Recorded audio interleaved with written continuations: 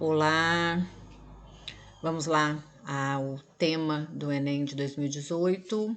Lembrando que eu não estou em um estúdio, tá? Então, se vocês ouvirem o carro do som passando, anunciando aí o legumes a R$ 10, por favor, me perdoem, tá? Bom, vamos lá. Lembrando, né? Não se esqueçam de ficar atentos em relação às instruções, tá? O rascunho tem lugar para ser feito, o texto definitivo, a tinta, tem que passar a caneta, 30 linhas no máximo, ok?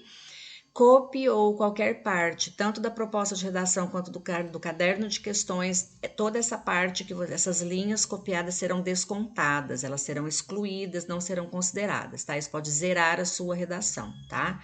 Além disso, também nós temos aí somente 7 linhas, nota 0.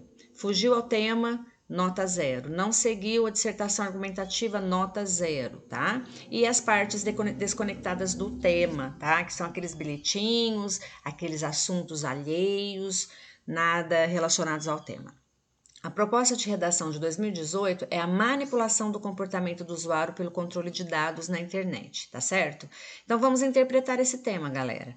Manipular, influenciar o quê? Comportamento de quem? Nosso, nós que utilizamos a internet. De que forma? Pelo controle de dados, tá? Então nós estamos alimentando aí, muitos de nós alimentamos diariamente a internet, a rede, com nossas próprias informações. Então, desde uma simples pesquisa no Google, desde filmes a quais assistimos, músicas que ouvimos, todos esses dados, eles são guardados, né? Eles são mantidos na rede, tá? E a partir dele existe sim aí um sistema, uma inteligência artificial que acaba manipulando o nosso comportamento aí, principalmente em relação ao consumo, tá? Então, isso que a gente vai discutir. O texto 1 diz o seguinte: às segundas-feiras pela manhã, os usuários de um serviço de música digital recebem uma lista personalizada de músicas que lhes permite descobrir novidades. Assim como sistemas de outros aplicativos e redes sociais, este cérebro artificial consegue traçar um retrato automatizado do gosto de seus assinantes e constrói uma máquina de sugestões que não costuma falhar. O sistema se baseia em um algoritmo cuja evolução e usos aplicados ao consumo cultural são infinitos. De fato, plataformas de transmissão de vídeo online começam a desenhar suas séries de sucesso, rastreando o banco de dados gerado por todos os movimentos dos usuários para analisar o que os satisfaz. O algoritmo constrói assim um universo cultural adequado e complacente com o gosto do consumidor, que pode avançar até chegar sempre a lugares reconhecíveis. Dessa forma, a filtragem de informação feita pelas redes sociais ou pelos sistemas de busca pode moldar nossa maneira de pensar. E esse é o problema principal, a ilusão de liberdade de escolha que muitas vezes é gerada pelos algoritmos. Então, aqui existe uma ideia central que está relacionada justamente a essa ilusão que nós temos de escolhermos tudo aquilo que queremos. Mas, na verdade, nós estamos fazendo escolhas diante de sugestões que já nos são apresentadas a partir daquilo que estamos consumindo na internet, tá bom? Então, é a questão dos algoritmos. Mesma coisa no texto 2. O texto 2 ele tem um tom mais pesado, mas ele fala da mesma coisa. Nos sistemas dos gigantes da internet, a filtragem de dados é transferida para um exército de moderadores em empresas localizadas do Oriente Médio ao Sul da Ásia, que tem um papel importante no controle daquilo que deve ser eliminado da rede social a partir de sinalizações dos usuários. Mas a informação é então processada por um algoritmo que tem a decisão final. Os algoritmos são literais, em poucas palavras, são uma opinião embrulhada em código, e estamos caminhando para um estágio em que é a máquina que decide qual notícia deve ou não ser lida. Olha que interessante. A partir de todos os dados que as empresas têm sobre nós, que a rede tem sobre nós enquanto usuários, muitas, é, é, é, muitas, muitos papéis, né? Muitas sugestões são eliminadas ou são escolhidas para nós, né? Então, ideias, comportamentos, posturas, sugestões de compras, de vendas, tudo isso, de certa forma, é peneirado, digamos assim, por esses moderadores, né? E o finalzinho do texto, olha só, nós estamos caminhando para um estágio em que é a máquina que vai decidir qual notícia nós vamos ler ou não. Ou seja, é a inteligência artificial que está assumindo o controle aí daquilo que estamos consumindo, né? E quando eu falo consumindo, não é simplesmente comprando, mas é tudo aquilo ao qual nós estamos expostos, tá?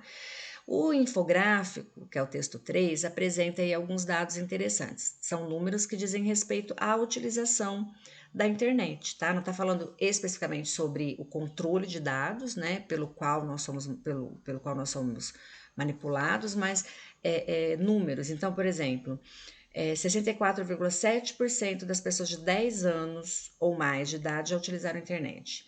Ó, números entre mulheres e homens: 63,8% homens, 65,5% mulheres. Cerca de 85% dos jovens de 18 a 24 anos de idade e 25% das pessoas de 60 anos ou mais já utilizaram a internet. Para quê? Né? Os números aí revelam que a grande maioria usa a internet para enviar ou receber mensagens de texto, voz ou imagens por aplicativos, tá?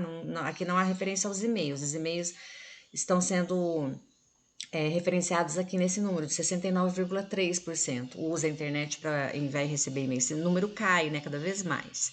73,3% usa a internet para conversar por chamada de voz ou vídeo e 76,4% usa para assistir a vídeos, né, qualquer tipo de vídeo, desenhos, filmes, shows e etc, tá?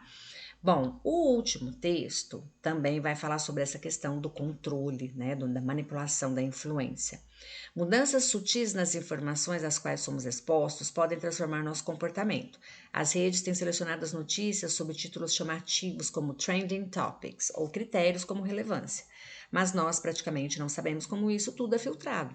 Quanto mais informações relevantes tivermos nas pontas dos dedos, melhor equipados estamos para tomar decisões. No entanto, surgem algumas tensões fundamentais entre a conveniência e a deliberação, entre o que o usuário deseja e o que é melhor para ele, entre a transparência e o lado comercial. Quanto mais os sistemas souberem sobre você em comparação ao que você sabe sobre eles, há mais risco de suas escolhas se tornarem apenas uma série de reações a cutucadas invisíveis. O que está em jogo não é tanto a questão homem versus máquina, mas sim a disputa decisão informada versus obediência influenciada. Então, quanto mais nós refletirmos a respeito dessa questão, quanto mais nós falarmos a respeito disso, melhor para nós. Quanto mais informações nós conseguimos ter em relação a como essa filtragem é feita, melhor para nós. Afinal de contas, nós estamos tomando decisões com base nas informações que nós temos, informações realmente relevantes, ou nós estamos simplesmente obedecendo por influência, né? Então, isso é interessante. Bom, então é isso, tá? A proposta de redação, então, é essa. É importante que vocês analisem, né, que vocês deem bastante atenção a esse recorte que é feito aqui, né?